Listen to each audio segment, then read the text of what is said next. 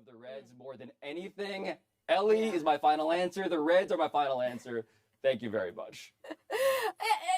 The Braves are probably the correct answer if we're picking the most dominant team, the prohibitive favorite. But I agree with you, Pablo. The Reds are the fun answer. And they also are impressive relative to preseason expectations. This is a team that lost 100 games last year. As of late May, they were in last place in their own division, but they've turned things around largely on the strength of a youth movement. SI's Emma Baccelleri pointed out that since they've started 4 rookies in their active roster, they have gone like 26-1 or something, led by, of course, human firework, really Ellie De La Cruz. It is funny, though, that we're so entranced by the shiny object. Like, Ronald Acuna Jr. is 25, and I'm like, he's old news. Get him out of here. Yeah. Give me the Reds, kids. Yeah, absolutely. Ellie De La Cruz is Olivia Rodrigo. Ronald Acuna is Britney Spears. I apologize to Ronald in this metaphor, but the reality, Mina, with the shiny object, they were literally distracted by this. The Nationals, Davey Martinez, the manager, pointed out, what's that thing at the end of his bat, that plastic thing that Ellie De La Cruz uses? And I think he patted down like a TSA agent because that's how good he is. They're looking for reasons to say he's good for other than, you know, his actual talent. The word he used was antics, which if you ever want to make me root for a baseball team, complain about their antics, and I am all in. Next. Toss up, which trade requesting NBA star is more likely to win a title? Damian Lillard or James Harden? This is such a great question. It's such an amazing July question.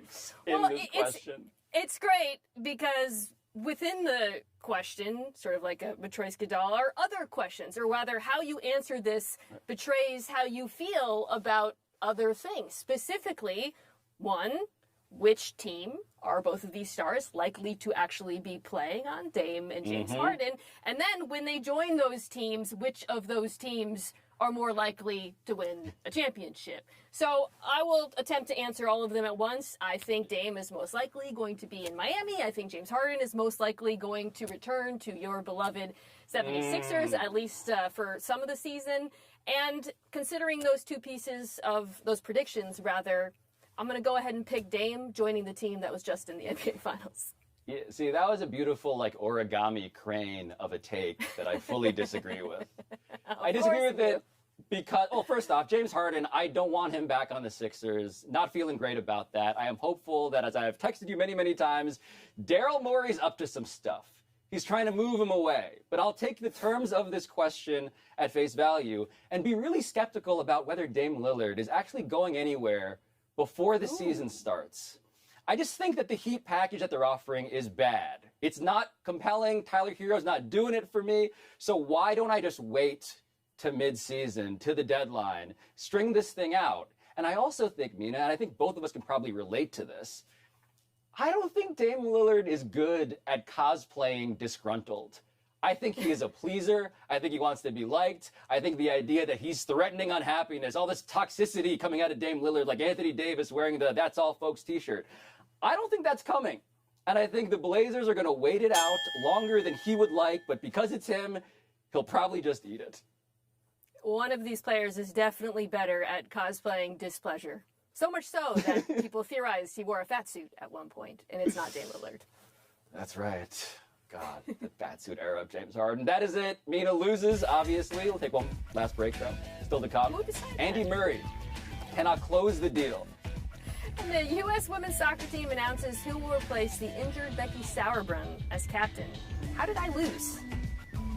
Well, you know, I think our impartial panel of judges recognize that James Harden actually a better player than Dame Lillard right now, maybe. Oh, God. Just chew on that. Yeah, certainly has that. Tonight on SportsCenter at 6 Eastern. Full coverage ahead of Victor Wembanyama's Summer League debut. We're live in Las Vegas. Plus, the latest on Saquon's standoff with the Giants as the deadline for a new contract closes in. And Alex Morgan joins SportsCenter. How the U.S. women are planning to bring home a 3rd straight World Cup title. SportsCenter, 6 Eastern on ESPN.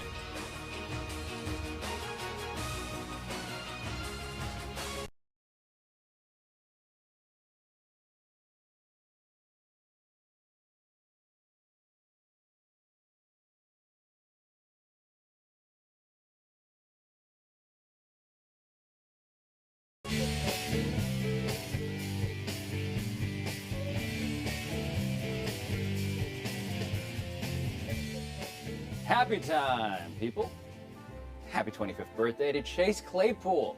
The wide receiver started strong as a rookie for the Steelers. You may remember that. You also remember that he tailed off.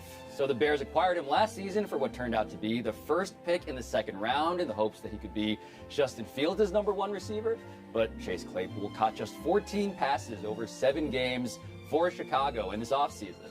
The Bears traded the top pick in the draft to the Panthers for a package that includes, yes, an undebatable #1 receiver, DJ Moore. And there is no one on this planet that I trust to have a Chase Claypool take more than Mina Kimes in July. So where does this leave Chase Claypool? Annoyed if he just turned on PTI, saw us wish him happy birthday, and then enumerate his lack of success recently. I do think that lack of success is amplified by the fact that the Bears did trade a second rounder for him, and right now that trade doesn't look very good even before they acquired DJ Moore. But I'll say this, I think his birthday is relevant. As a reminder, he is just 25 years old. He is not that far removed from looking like a dynamic downfield threat and playmaker in Pittsburgh. Right. Still time for him to get back on his feet. Congratulations, Mapletron, on your birthday being, quote, according to Mina Kimes, relevant. Happy anniversary, Kevin Durant.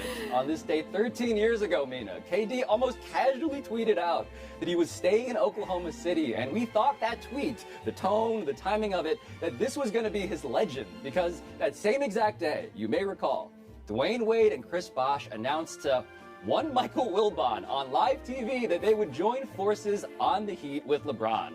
And here, by contrast, was the humble, small-market Kevin Durant foregoing the super team circus.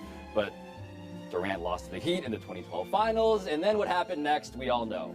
Golden State, and then your Nets, and now the Suns. These 3 would-be super team circuses, 2 of which have been disastrous so far. And so his legend is the opposite of that day 13 years ago, except for, you know, the whole part about him doing stuff on Twitter.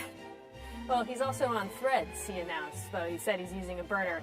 Right. I think you just kind of laid out KD's villain origin story there. I'm not saying he's a villain per se, but this all does really explain how we got to this point, not just with KD, but with the NBA writ large. Because not only did he say he would stay, but it feels quaint to recall that he actually waited for free agency to leave. And people were mad about it. Now people would be grateful. Oh, wow, thank you, Star. You're waiting for your entire contract to play out. Amazing. What loyalty. A Hall of Fame poster and a Hall of Fame player, objectively speaking. But happy trails to Andy Murray. When play ended yesterday due to the local curfew, the unseeded Murray was up 2-1 over 5th-seeded Stefanos Tsitsipas. But when the match resumed today, Murray lost the 4th set in a tiebreaker, then lost the 5th set 6-4 to advance to the 3rd round. And Murray has won Wimbledon twice before, yes, but the last time was in 2016. He is now 36, has had multiple hip surgeries, and if the state of my own body right now at age 37 is any indication, his trajectory the rest of the way here is probably going to be a little bleak.